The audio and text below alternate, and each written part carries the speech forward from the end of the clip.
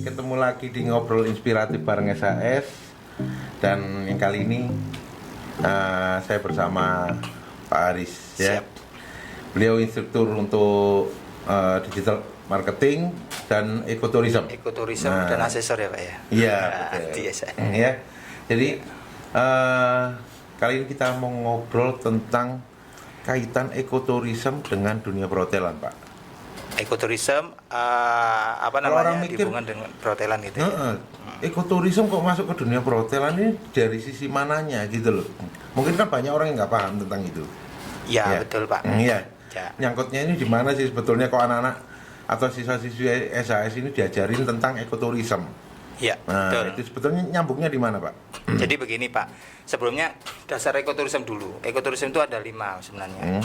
Objek wisata kan, ekoturism itu kan perjalanan wisata dengan tujuan bersenang-senang ya, dengan melakukan senang-senang itu di alam dan lain sebagainya. Itu yang mindset lama. Kemudian ada 5 sebenarnya. Objek wisata, atraksi wisata, kemudian objek wisata, atraksi wisata, kemudian ada edukasi, konservasi, kemudian pemberdayaan ekonomi lokal. Nah, itu sebenarnya ekoturism yang saat ini Pak, pilarnya. Nah, gitu ya? Betul. Jadi penting sebenarnya kalau siswa kita SAS itu diajarkan tentang ekoturism di dunia perhotelan. Apalagi Pak dalam kondisi saat ini, ya kan? Ada dualismenya itu Pak sebenarnya. Pada saat kita sekarang ada ada istilahnya kayak ada seperti ini ya, kondisi saat ini ya, kayak corona atau kesehatan yang dipentingkan. Nah, ini mereka mulai kembali ke urusan yang natural kan gitu kan. Nah, contohnya itu kayak minuman-minuman kesehatan. Betul. Itu termasuk kesehatan. Ya di dalam ekoturism. Termasuk, karena itu masuknya ke edukasi, konservasi juga sama pemberdayaan ekonomi lokal. Ya, kalau misalnya barang-barang yang kita kearifan lokal itu masuk ke perhotelan, otomatis kan petani juga sejahtera di situ Pak, petani lokal kita. Betul. Di situ. Tetapi masalahnya bagaimana cara mengemas di hotel, kan begitu Pak, betul ya? Iya betul. Ya, jadi ekoturism itu sebenarnya banyak faktor. Bisa misalnya housekeeping atau gardening atau F&B ya kan, laundry itu bisa diterapkan ekoturism. Oke. Kalau semua laundry kan kita bisa lihat dari sisi pemakaian. Sabunnya ya kan? Organik. Itu kan yang pakai yang organik tapi kalau dari sisi housekeeping masuk ke mananya Pak? Contoh misalnya kan kita ke kamar gitu Pak. Kamar itu kan biasanya kalau hotel saat ini apalagi yang budget hotel dan lain sebagainya itu sudah kaku kelihatannya. Tetapi apabila dikasih pinus ya kan, aroma pinus yang asli pinus misalnya. Kemudian di tempat tidurnya itu dikasih lavender atau mint dan lain sebagainya, itu sudah menjadi ciri khas tersendiri sebenarnya Pak, seperti itu. Itu masuk ke ekoturism juga gitu ya jadinya? Iya, intinya di situ. Jadi mana yang kita tidak bisa sekarang mematok ekoturism harus keluar alam gitu ya, kemudian di pucuk gunung gitu dibikin wisata alam gitu ya, malah merusakkan sekarang. Orang kesana semua kan ada dampak resiko ada. Semakin alam itu didatengin manusia, semakin rusak itu alam. Sebenarnya begitu. Nah, untuk itu harus ditarik bagaimana caranya hotel-hotel sekarang atau wisata yang ada di kota sekarang itu bisa menyatu dengan alam. Menyatu dengan alam, ditarik seperti itu. Nah, ini yang saya ajarkan ke teman-teman sebenarnya. Iya. Jadi pada dasarnya bagaimana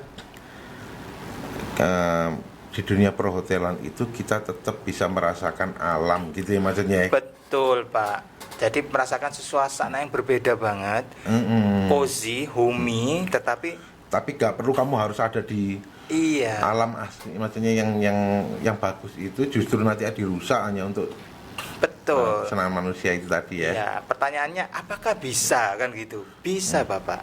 Kenapa? Karena kan sekarang misalnya hotel itu ada tempat-tempat yang lahan dan lain sebagainya. Contoh ya Pak, contoh kecil aja. Makanan Makanan ya. Kita bikin makanan yang modern, modernisasi, western dan lain sebagainya. Oke, dan itu sah. Tetapi bagaimana masuk ke ekoturismnya? Misalnya Pak, ada selada kan, ada peterseli atau apa kan gitu. Itu kita bisa bikin di gardening. Nah, pada saat ini contoh yang sudah saya kasih tahu kan ke teman-teman. Pada saat kita konsumennya makan, tapi ada satu min sendiri, tapi mereka bisa ngambil minnya sendiri pada saat minnya hidup gitu loh, daun minnya hidup, metik sendiri, dimasukkan ke gelasnya sendiri. Tetapi pada saat di belakang resto atau di lahan kosong itu ada gardeningnya, sehingga itu bisa konsumen bisa edukasi. Di situ masuk unsur ekoturisme, Pak. Ada edukasi, ada konservasi. Begitu. Saya beberapa hotel di Surabaya ini ada yang menerapkan seperti itu memang ya. Ada, saya pernah tahu persis bahwa mereka punya garden untuk merawat ininya, bagian untuk apa? Mengembangkan juga ada, ya pengembangkan tanamannya itu ada, terus kemudian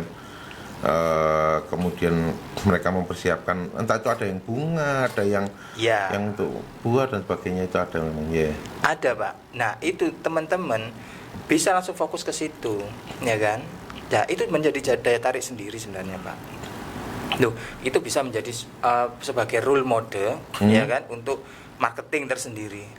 Tempatku bukan hanya gedung ini doang loh, ternyata bisa gardening di situ, bisa bagaimana cara bercocok tanam dan lain sebagainya. Terus makanannya fresh, bisa metik sendiri dan lain sebagainya. Itu sebenarnya bisa dikemas, Pak, di mix. Nah ini yang saya ajarkan ke teman-teman, begitu. Oke, jadi ya cukup paham ya, maksudnya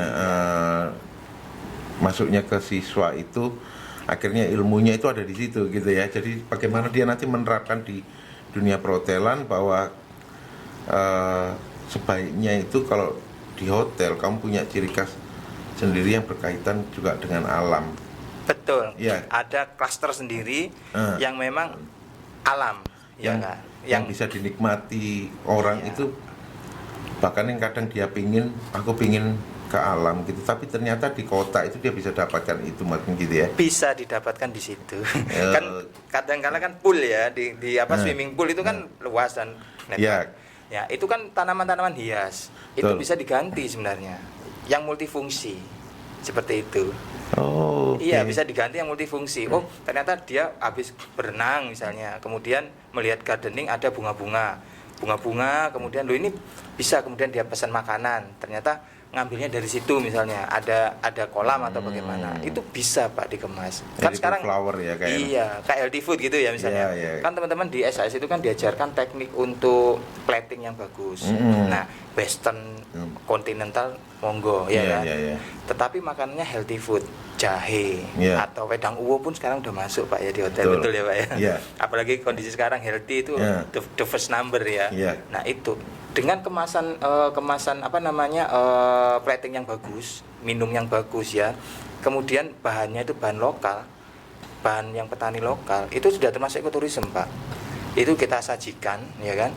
Nah, mereka itu akan minum dengan kondisi modern, tetapi dimix dengan kearifan kita, lokal kita gitu loh.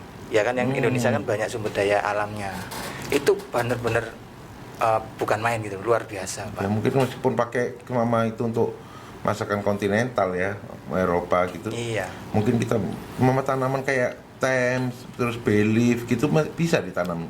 Nah, kalau seperti itu kan butuh khusus, Pak, memang kayak cuaca ya. Nah, itu bisa seperti kayak oregano. Di Jepang kan ada. Di Jepang itu kan satu gedung itu bisa macam-macam.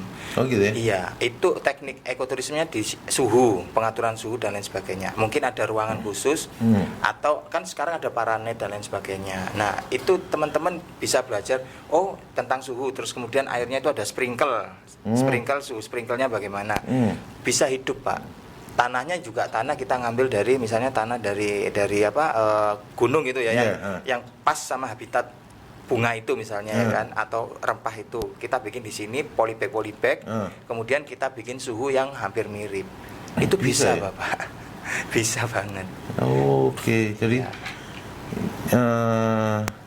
ya mungkin baru terbuka ya saya pemikiran itu ya. Jadi bagaimana tanaman-tanaman itu kan sebetulnya ada beberapa, mungkin kalau sebagian kecil aja yang umum itu mint udah ada. Mint. Iya kan, tanaman seledri, vermicelli. Nah, ya itu yang kecil-kecil itu. Maksudnya tapi kalau yang secara sisi penanaman apa dan sebagainya kan memang agak sulit ya. Iya. Kayak Thames, Bay Leaf, terus kemudian oregano dan sebagainya itu kan agak Iya, yang ada yang memang butuh perlakuan khusus perlakuan gitu khusus. maksudnya ya.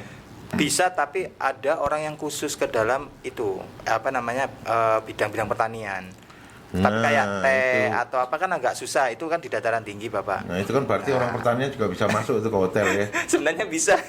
Iya kan? Bisa. Orang pertanian masuk ke SAS untuk Iya. lihat tekniknya, kemudian kita ajarin, dia langsung mengembangkan gardening di hotel gitu. Bisa, Pak. Jadi bukan memang bukan sembarang orang aja yang penting dia bisa ngerawat tanaman selesai gitu, nggak gitu juga ya. Tidak begitu juga. Kalau untuk ilmu yang dulu, misalnya dulu itu memang terpetak-petak. Kalau sekarang kan sudah meluas dan bebas. Kemudian kita bisa nge-mix, Pak. Oh, ini bisa di-mix, ini bisa. Dulu misalnya kurma ada di sana. Sekarang di sini ada kurma kan. Betul. Pak, bisa. Iya, iya. Bisa seperti itu. Siapa tahu di Pasuruan, di itu ya ada perkebunan kurma pada sebagainya. Tuh, tinggal ada orang yang khusus menangani hal itu, fokus, karena kan memang itu ada perlakuan khusus karena beda cuaca Pak, beda Tanah, ya. Nah seperti itu bisa diajarkan sebenarnya. Nah untuk yang teman-teman SAS itu diajarkan tentang teknik mengolah Dari yang sudah ada itu tadi ya. betul. Oke. Jadi sangat penting untuk teman-teman SAS untuk mempelajari ekoturism di dalam dunia perhotelan atau pariwisata itu tersendiri. Iya. Kemarin kita sempat ngobrol banyak juga waktu di kendaraan ya tentang ekoturism, bagaimana perlakuan kita terhadap alam juga. Iya. Waktu itu kita dari Magelang ya. Magelang, betul. Dari Magelang kita perjalanan ke Surabaya, kita ngobrol banyak tentang sisi ekoturism karena waktu di Magelang saya sempat jalan-jalan gitu loh. Pak Harisnya sekolah, saya jalan-jalan karena saya sudah selesai dulu. Ya, terus kemudian saya berwisata ke satu daerah. Kita tahu bahwa itu desa tapi di lereng gunung gitu. Iya. Kemudian kalau dari sisi wisatawan saya melihatnya itu menarik. Bagus ya. Iya. Kita dari kota saya ke desa. Betul. Saya betul. melihatnya itu menarik. Keren. Jadi rumah-rumah di desa itu di lereng gunung gitu ya, kita ngelihatnya bagus banget kayak di berwarna-warni ya Pak ya. Iya. Kayak di mana? Di luar ini lah. Nepal, Van Java. Nah, semacam jadi kelihatan ini. Tapi kalau dilihat dari sisi ekoturism ternyata salah juga gitu loh akhirnya. Iya. Karena resikonya tinggi juga ya sebetulnya. Ya. Karena di atas ya. itu kosong, nggak ada penghalang apapun untuk kalau ada sampai runtuhan atau dan sebagainya ke rumah-rumah warga. Sebenarnya waktu kita ngobrol kan sangat menarik itu ya Pak ya. Duh, bagaimana? Memang kalau ekoturism diversuskan ekonomi dan lain sebagainya, itu akan menjadi perdebatan panjang. Kan begitu. Tetapi di sini ada prioritas dulu, prioritas yang mana? Pada saat kondisi seperti ini, ya jangan dulu lah. Karena gunung itu kan pasak Pak sebenarnya. Pasak. Kalau pasak itu kemudian tidak kita jaga, tidak dirawat, jelas seperti saat ini ya dapat air tinggi dan lain sebagainya. Karena air kan mengikuti pori-pori kan. Nah kalau itu di beton atau di apa atau dampak dari wisatawan banyak sampah dan lain sebagainya, itu akan otomatis akan berdampak panjang gitu loh Pak pada saat seperti ini. Nah makanya waktu itu kan saya bilang, loh bagus, memang bagus Pak, tapi secara ekoturism tidak Pak. Saya langsung bilang gitu kan. Bagusnya gimana? Ada klaster Pak. Nah itu klaster mana yang dikembangkan untuk pemberdayaan ekonomi, mana klaster konservasi, mana klaster yang dibangun untuk perumahan. Sebenarnya harus ada klaster gitu. Nah berhubung klaster ini sudah kurang tahu ya penataannya bagaimana.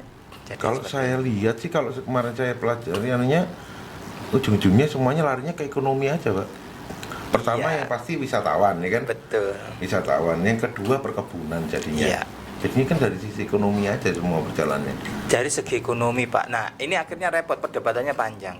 Otomatis saya pun sebagai seorang praktisi ekoturism itu bagaimana caranya campaign terus menerus, kemudian menarik.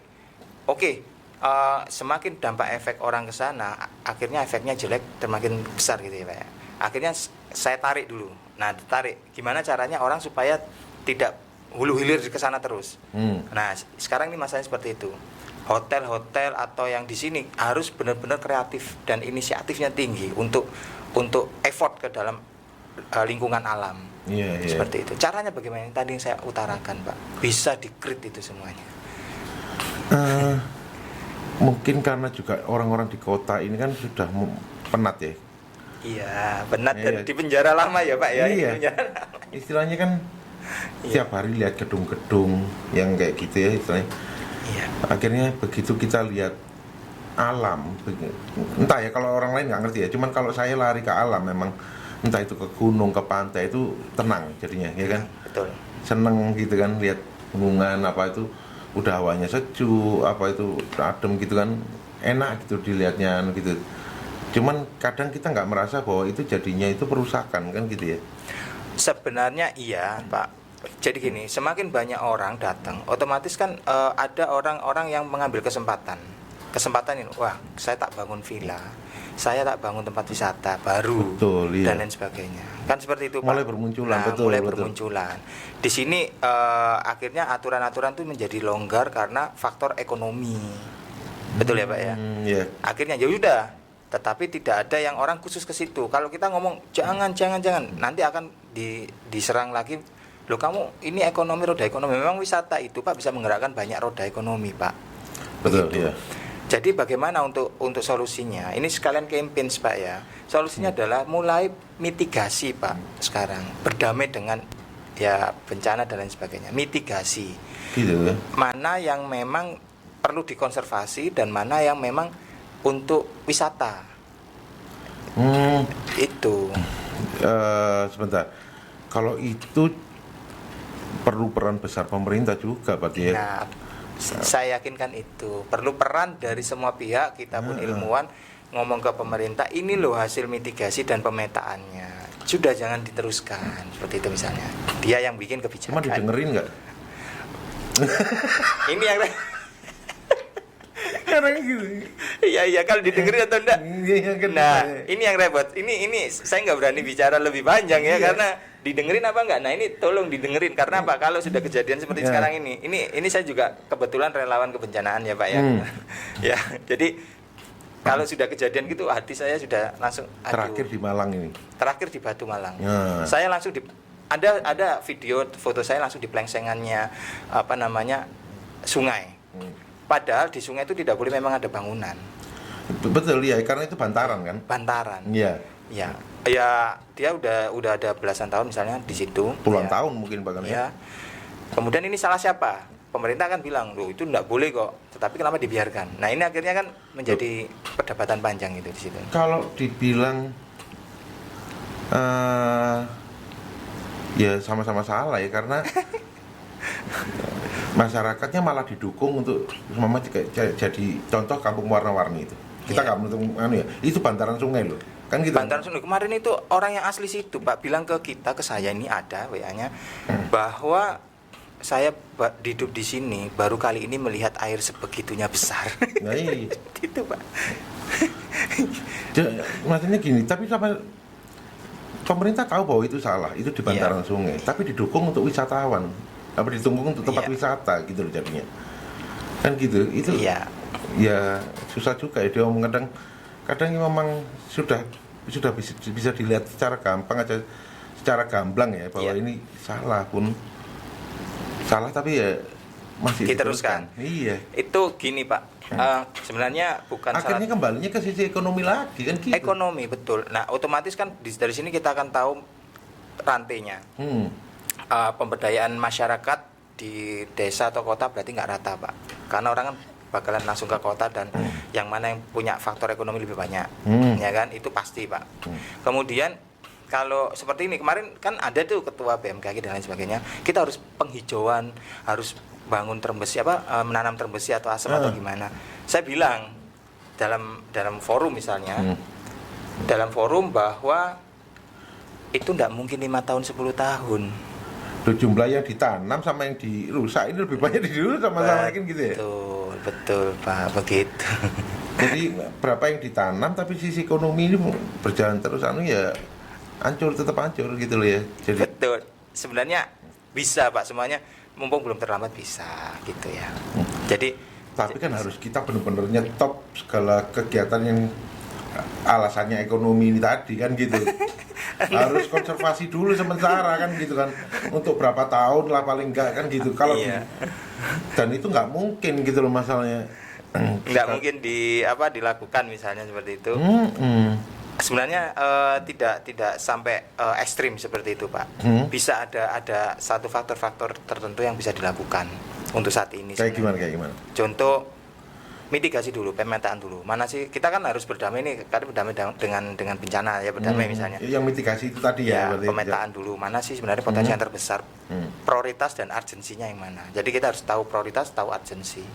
Seperti itu. Kalau ini urgent ya sudah langsung kita kasih tahu, kita koordinasi karena ada desa tangga bencana itu ada Pak Destana dan lain sebagainya, kita kasih tahu. Yaudah ya kita pindah ya atau gimana kan gitu. Di relokasi dulu. Seperti itu. Setelah relokasi baru kita melakukan hal yang lain.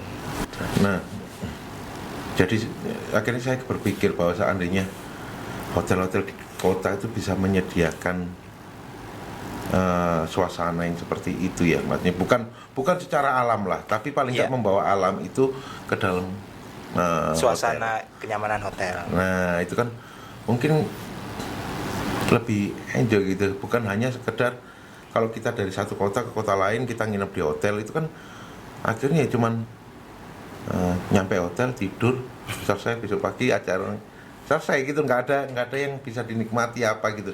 Jadi istilahnya kita sewa hotel hanya untuk tidur, nyewa kasur, kan gitu ya. Jadinya itu alasan cuman itu aja gitu loh. Padahal kalau secara paling gampang kita ngomong aja ya, TV itu nggak pernah saya tonton. Iya kan? Iya, kalau kita kalau di dalam kamar tuh hotel nggak mungkin, sangat kecil sekali, mungkin nggak tahu ya, entah kalau mungkin anak kecil atau mungkin masih mungkin lah nonton TV apa dan sebagainya. Tapi kalau orang kita kerja gitu di dalam kamar hotel, capek mandi apa dan sebagainya, kontak sama laptop, keluarga ya kan, atau kerjain laptop gitu, selesai tidur gitu. Karena nggak ada yang dinikmati lagi. Kalau ngomongin TV, ya acara TV seperti itu aja gitu kan. Akhirnya bukan merendahkan acara TV ya, cuman sudah bosan lah itu aja setiap hari kan ya seperti yang itu. Sinetron, reality show apa dan sebagainya. Kadang banyak hal yang akhirnya nggak patut untuk ditonton ya kan. Iya. Ya akhirnya image kita ini berpikiran bahwa aduh buat apa dah nonton TV kan gitu, akhirnya ya, urusannya ya tidur gitu loh.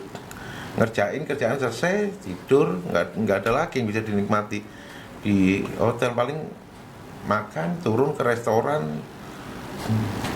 Seandainya itu memang benar sih, jadi kalau seandainya itu tadi bisa membawa ekoturism itu di dalam hotel gitu, mungkin bagus Pak. Jadi misalnya hotel saya misalnya nih Pak, lahan saya itu kecil, gimana ada lahan? Lahannya kecil tapi ada rooftop kan. Misalnya mereka gak kepikiran Pak. Setelah saya kasih tahu atau mereka baru kepikiran, ini membutuhkan kreativitas tinggi. Biayanya tinggi gak sih?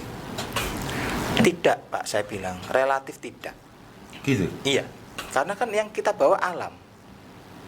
Jadi yang kita bawa itu adalah bukan faktor pabrikasi. Kalau pabrikasi kan memang ada hitung-hitungannya, iya Pak. Ada misalnya ini ya, di pabrikasi ini kan akhirnya jadi jatuhnya mahal. Kalau alam itu adalah bisa dikonservasi, bisa diulang. Cara mengulangnya gimana? Dengan pembibitan tersebut. Investasi awal tidak hanya menyesuaikan suhu cuaca di atas misalnya di mana.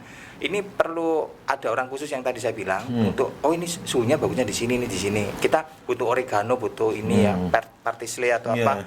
Oh suhunya bagusnya di sini kan gitu. Nah setelah itu kan kita setting yang termurah banget. Kalau itu mahal, konsumen pasti akan apalagi ini kan gitu. Tapi kalau itu di model bentuk natural alam misalnya, itu nggak akan jatuh mahal Pak. Dan itu bisa dilihat.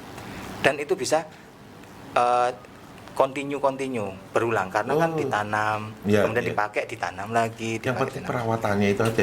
Perawatan maintenance itu aja yang dibutuhkan. Tidak mahal Pak investasinya sebenarnya.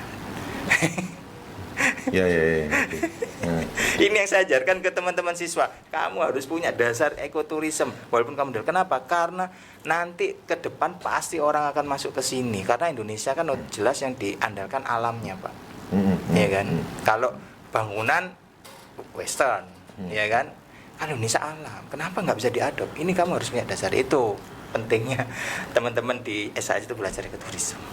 Oke, itu termasuk dengan apa termasuk kayak semacam hewan-hewanan gitu menarik juga ya mungkin.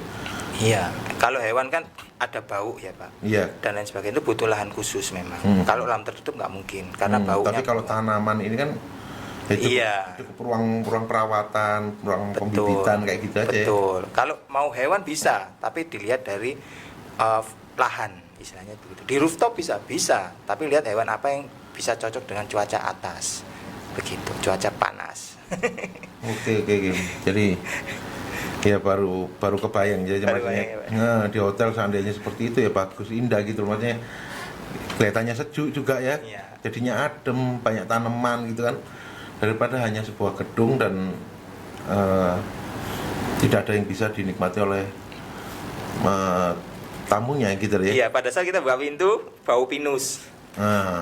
Gimana rasanya? Kita kan sudah sering nih keluar masuk hotel ya Pak ya. Pintu ya sudah itu aja. Tenang ya, pikiran sudah tenang. Apa? Pinus, kemudian dilihat di meja kita ada berbagai macam bunga atau apa namanya